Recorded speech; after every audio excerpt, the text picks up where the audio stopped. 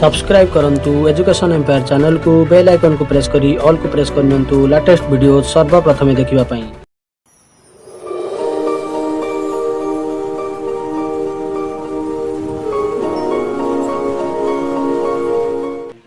प्रथम अपडेट गोटे बड़ अपडेट रही 101 पिला पॉजिटिव चिन्हट 445 सुस्थ 4 आक्रांत आखि बुझिले।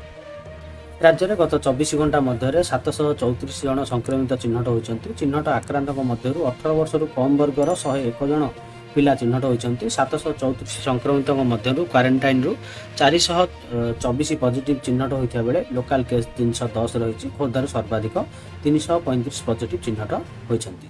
बड़ अपडेट देखा परवर्ती अपडेट 28 रु ओयूएटी यूजी प्रवेशिका परीक्षा 30 रे सरिबो। अक्टोबर 22 रे फल पीजी पीएचडी पई ऑनलाइन आवेदन आरंभ।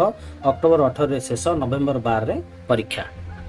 ओडिशा कृषि और वैषयिक विश्वविद्यालय अधीन विभिन्न कॉलेजर भिन्न भिन्न स्नातक विषय में नामलेखा प्रवेशिका परीक्षा आसंता 28 तारिख आरंभ हो। 30 तारिख पर्यंत होगा यह परीक्षा ऑनलाइन हो। दिन को 2टी ब्याच परीक्षा हो। प्रथम ब्याच सकाल 10:30 रु आरंभ हो 12:30 सर और द्वितीय ब्याच अपराह्न 2टार आरंभ हो 4टार सर। 25,781 पिला आवेदन कर। राज्यर 24 जिले में 4,800 केन्द्र होता बेले नुआ दिल्ली में गोटे परीक्षा केन्द्र होती। यूजी प्रवेशिका परीक्षा बुधवार एडमिट कार्ड जारी होती। छात्र छात्री यह ऑनलाइन डाउनलोड करेंगे। अक्टोबर 22 रे परीक्षा फल प्रकाश पाइब। सेहीपरि नवेम्बर 1 रे रैंक कार्ड प्रकाश पाइब बोली ओयूएटी कर्तृपक्ष सूचना देते। ओयूएटी अधीन विभिन्न कॉलेज में पाखापाखि 700 सीट पर 200 मार्क विशिष्ट प्रवेशिका परीक्षा हो बोली विश्वविद्यालय परीक्षा नियंत्रक सूचना देते। तो बड़ अपडेट देखा परवर्ती अपडेट 10th गणित नथिले युक्त 2 रे विज्ञान और वाणिज्य पढ़ी हेब। नियम बदलाइला गणशिक्षा विभाग। 10th श्रेणी रे गणित विषय रे शिक्षा ग्रहण करनथिले युक्त 2 रे विज्ञान और वाणिज्य विभाग रे पाठ पढ़ी पारिबे। एणिकी कौनसी प्रकार असुविधा हेब नहीं। 2021-22 शिक्षा वर्ष पई समस्त बोर्ड रो छात्र छात्री को पढ़िबा सुयोग मिलिबो। जो छात्र छात्री युक्त 2 प्रथम पर्याय नामलेखा बेले वंचित होइछन्ति सेमानकु द्वितीय पर्याय मेधा तालिका रे सुयोग मिलिबो।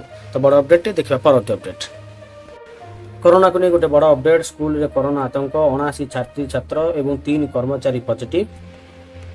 खबरटी रही हिमाचल प्रदेश राज्य एक स्कूल रे कोरोना आतंक देखा देछि। स्कूल 79 छात्री छात्र एवं 3 जन कर्मचारी नमूना रिपोर्ट कोरोना पॉजिटिव आछि। मंडी अंचल में धरमपुर स्थित एक स्कूल रे एभली आतंक सृष्टि होछि। एहाकु नै स्थानीय प्रशासन चिंता बढ़िया लागिछि। स्कूल को तुरंत बंद करा जिया सहित समग्र अंचल को सील कर दिया जाइछि। कोरोना को नहीं आउ गोटे बड़ खबर रही। वर्तमान आसब ना तृतीय लहर। कोरोना महामारी को नहीं आसला बड़ खबर। नुआ दिल्ली देश में कोरोना भूताणु क्रमागत भाव ह्रास पाउछ। एम्स निर्देशक डॉक्टर रणदीप गुलेरिया अनुसार कोरोना भूताणु आउ एक महामारी नुहे। तेबे भारतर प्रत्येक व्यक्ति यही टीका न पाइबा पर्यंत सजग रहा आवश्यक बोली से चेतावनी देइछन्ति। विशेषकर समस्ते पार्वण में अत्यधिक भिड़ दूरे रही कहुଯାଇଛି। कोरोना कदापि संपूर्ण समाप्त होब नहीं। डॉक्टर गुलेरिया कहते भारत में रेकर्ड करा संख्या वर्तमान 25,000 रु 40,000 मध्य आसूची। जदि लोक मैंने सावधान रुहति तेबे यही मामला गुड़िक धीरे धीरे ह्रास पाइब। जदिओ कोरोना केबे भी संपूर्ण रूपे शेष होब नहीं, किंतु भारत में द्रुत टीकाकरण को दृष्टि रखी कोरोना महामारी रूप नेबा किंबा बहु परिमाण में व्यापीबा कष्टकर। एम्स निर्देशक डॉक्टर गुलेरिया कहते कोरोना भूताणु शीघ्र एक साधारण फ्लू भली होइजिबो, यथा साधारण काश और ठंडा परी। कारण वर्तमान लोकों ठारे एही भूताणुर प्रतिरोधक शक्ति प्रस्तुत हो सारी, किंतु असुस्थ और रोग प्रतिरोधक शक्ति कम थिबा लोकमानक पई यह जीवनघातक रहिबो। बूस्टर डोज उपरे गुरुत्वपूर्ण कथा। यही टीका पाइबा लोकों मन में एक प्रश्न अच्छी जे यही टीका जीवनव्यापी सुरक्षा जोगाइब ना किछि समय पर पुनर्बार एक बूस्टर डोज आवश्यक हेब। यही प्रश्नर उत्तर में डॉक्टर गुलेरिया कहते भारत में प्राथमिकता होउछि समस्त लोक टीकार उभय डोज पाइबा उचित। पिला माने मध्य यही टीका पाइबा उचित। केवल यह पर बूस्टर डोज उपरे गुरुत्व दिया उचित। प्राथमिक चिकित्सा सचेतनता कार्यक्रम बलांगीर पुईतला ब्लॉक अंतर्गत अंकरिया पदर स्थित सरकारी उन्नीत उच्च विद्यालय जूनियर रेडक्रॉस यूनिट तरफ प्राथमिक चिकित्सा सचेतनता कार्यक्रम अनुष्ठित हो जाएगी।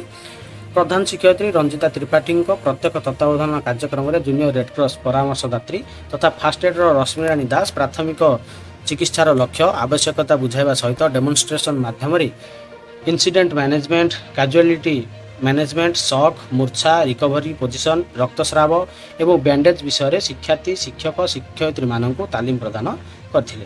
तो बड़ अपडेट देखा परवर्ती अपडेट बड़ खबर अभिभावक हराइथिबा पिलांक परीक्षा फी छाड़ हेब सीबीएसई दशम और द्वादश श्रेणी में पाठ पढ़ुवा जो पिलामानकर अभिभावक कोरोना मृत्युवरण करछंती सेमानक परीक्षा एवं रजिस्ट्रेशन फी छाड़ करा जिवो तेबे यह केवल 2021-22 वर्ष पई लागू करा जिवो बोली बोर्ड पक्षरु कुआ जायछि सेहि बोली बोर्ड पक्षरु कुआ जायछि जे जो पिलामानकर अभिभावक लीगल गार्डियन कोरोना मृत्युवरण करछंती किबा कोरोना आक्रांत होई जीवन सहित संग्राम करछंती सेमानकर परीक्षा फी मध्य छाड़ करा जिवो तेबे स्कूल कर्तृपक्ष यार सत्यासत्य जांच करी बोर्ड को जणाइबा परे नियम लागू हेबो।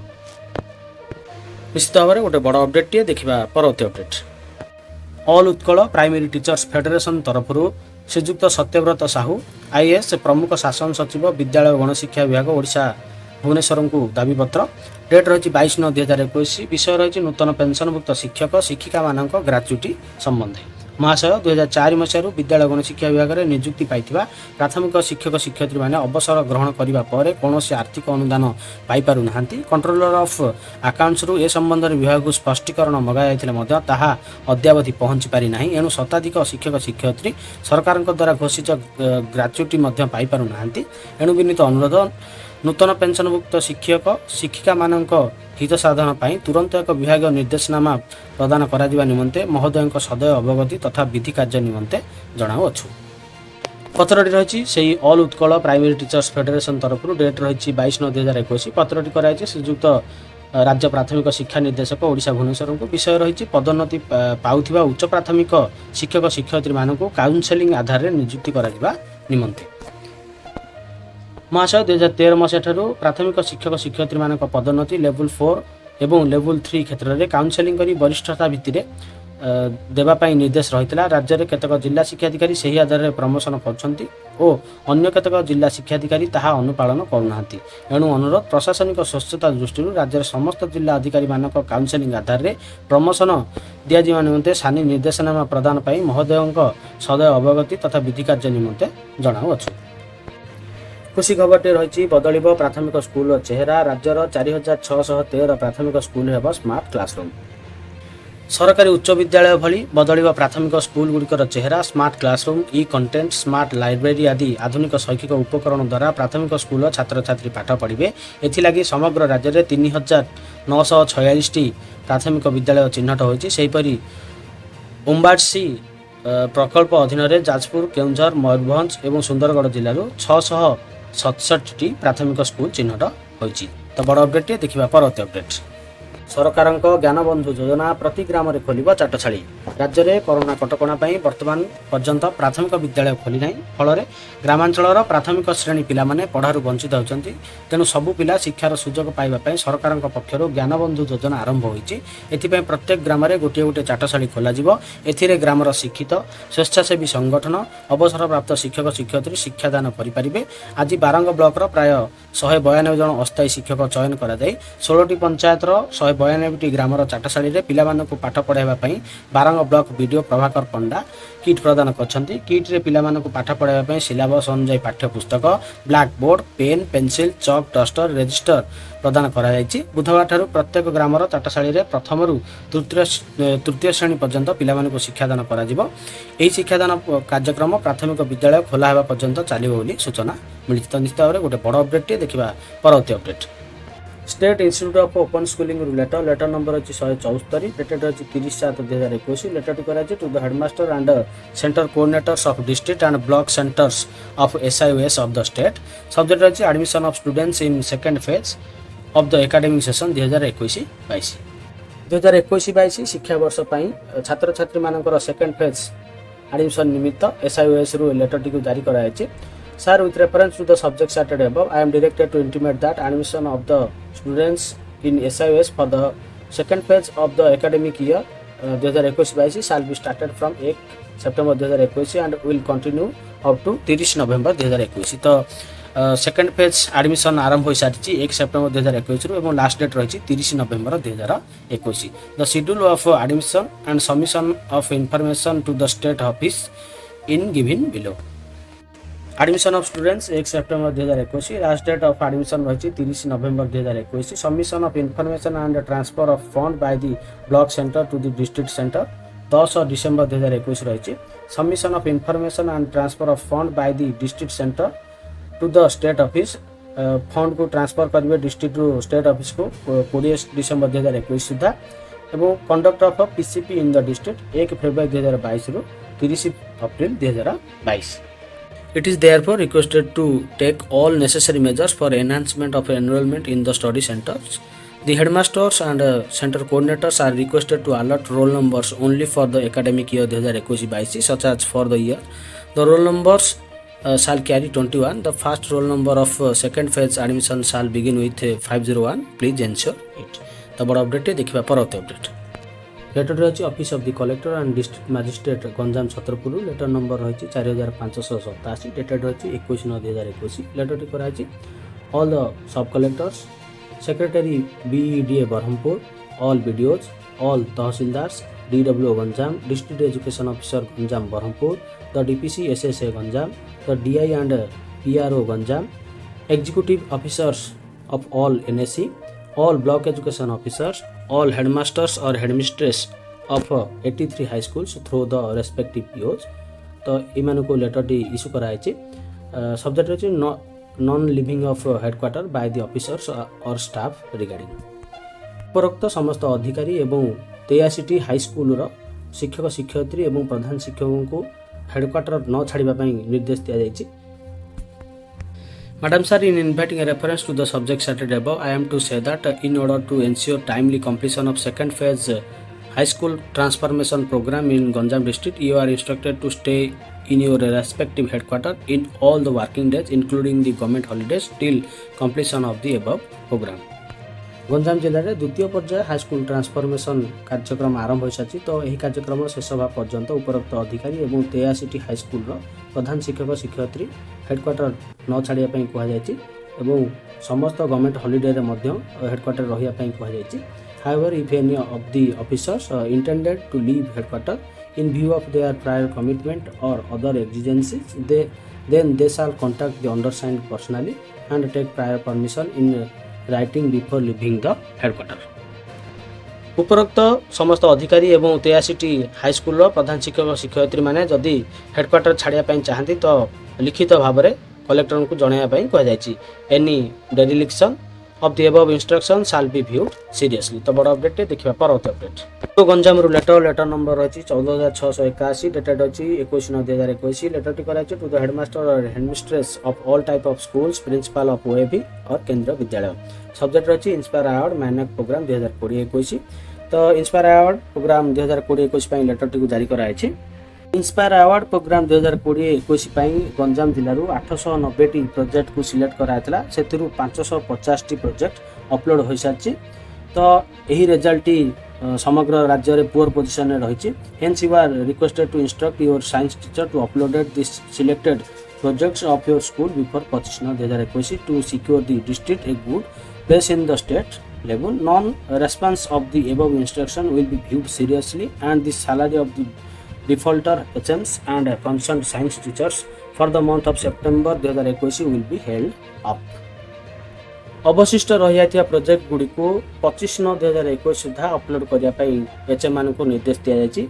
जदि ए कौन अवहेला परिलक्षित हुए तो सही क्षेत्र में डिफॉल्टर एचएम एवं सही स्कूल साइंस टीचर सेप्टेम्बर मासर सालारी बंद कर दिया. तो बड़ अपडेट देखा परवर्ती अपडेट.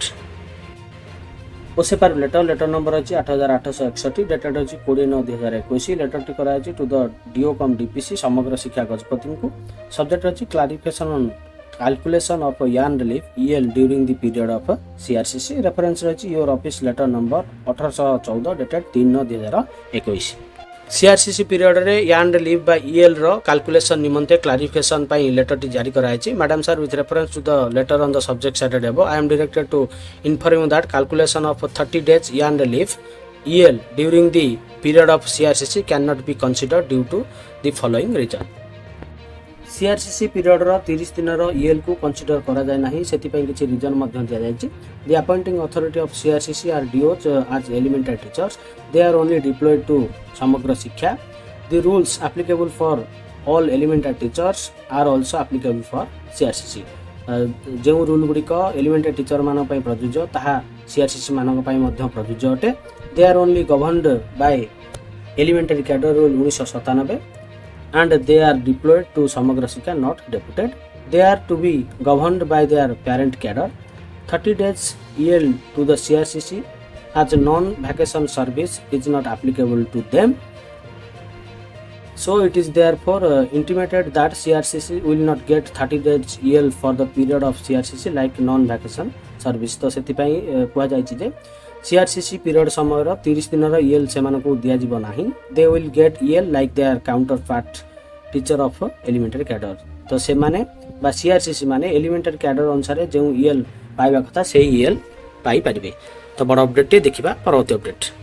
अंतिम update DPC Kalahandi letter number रही 2159 डेटेड रही 22/9/2021. लेटरटी कराई कलाहांडी जिलार समस्त पीओ को. सब्जेक्ट रही deputation of resource person of your block to attend workshop for preparation of NAS module question paper on 24/9/2021. Sir, in inviting a reference to the subject cited above, I am to inform you that DPOSS Kolahandi is going to organize a one-day workshop program with the academic support of Diet Kolahandi for preparation of NAS module question paper 2021. Kolahandi Diet row academic support रे NAS question paper प्रस्तुत करिया पई गोटे दिन रो workshop program DPC office Kolahandi ठारे organize करा जिवो. Therefore you are requested to relieve the teachers list enclosed timely so as to enable them to attend the workshop unfailingly. The reporting time for RPs at training venue DPC conference hall is 9 AM on 24 September 2021. तो ସେଥିପାଇଁ BO ମାନଙ୍କୁ କୁହାଯାଇଛି ଯେ RP ମାନଙ୍କୁ relieve କରିବେ. RP teacher ମାନଙ୍କର ମଧ୍ୟ list ରହିଛି, ସେମାନଙ୍କୁ ପ୍ରଥମେ ରିଲିଭ୍ କରିବେ ଏବଂ ଆରପି ମାନେ 24 ସେପ୍ଟେମ୍ବର 2021 ଦିନ ସକାଳ 9ଟା ସମୟରେ ଡିପିଓ କନଫରେନ୍ସ ହଲରେ ରିପୋର୍ଟ କରିବେ. TADA accommodation will be borne by concern block education officer as per OSEPA norm. ଓସେପାର ନର୍ମ ଅନୁସାରେ ଆରପି ମାନଙ୍କୁ ଟିଏଡିଏ ପ୍ରଦାନ କରାଯିବ. देखो ये रही secondary level DRG member list 9 जन को सिलेक्ट कराई. तो ये लिस्ट रही एलिमेंटारी सेक्शन डीआरजी मेंबर 17 जन को सिलेक्ट कराई. ये रही फॉर्मेटी mentoring format for NAS weekly mentoring report by the teacher on his or her mentoring of the student allotted. जो छात्र छात्री मान शिक्षक शिक्षयित्री अलॉट कराई से वीकली रिपोर्ट शिक्षक शिक्षयित्री मैंने प्रदान करेंगे. Block cluster school name of the teacher or HM date of submission date of mentoring name of the students mentored class type of support provided practice assignment distributing materials correction feedback guardian contact guiding student over phone or offline home visit etcetera remarks रही. ये रही फॉर्मेटी शिक्षक शिक्षयित्री मैंने fill up कर submit करेंगे. Sign of CRCC sign of headmaster full signature of the teacher. तो ये format रही teachers allotted for NAS 2021 cluster name block name of the school with UDISE code class 35810 name of the teacher contact number of students allotted subject remarks एवं last रही signature. तो format देखो रही report of PTA meeting held on date cluster block name of the school serial number class 35810 total number of parents present male female total number of teachers attended the meeting name of the official attended the meeting remarks step taken for absent parents point discussed signature of the HM. पुनर्बार format रही block माई report of PTA meeting held on date block district serial number class 35810 total number of parents present same रही report ए report दियो देबे. Number of teachers attended the meeting number of officials attended the meeting step taken for absent parents point discussed एवं last रही seal and signature of BO एवं contact number. ये तो ये ऑफिशियल रही बीओ ऑफिस डीपीसी को report प्रदान करा जिवो. तो निश्चित भाव में बड़ अपडेट ये अपडेट गुड़िक समाप्त होइछि. धन्यवाद.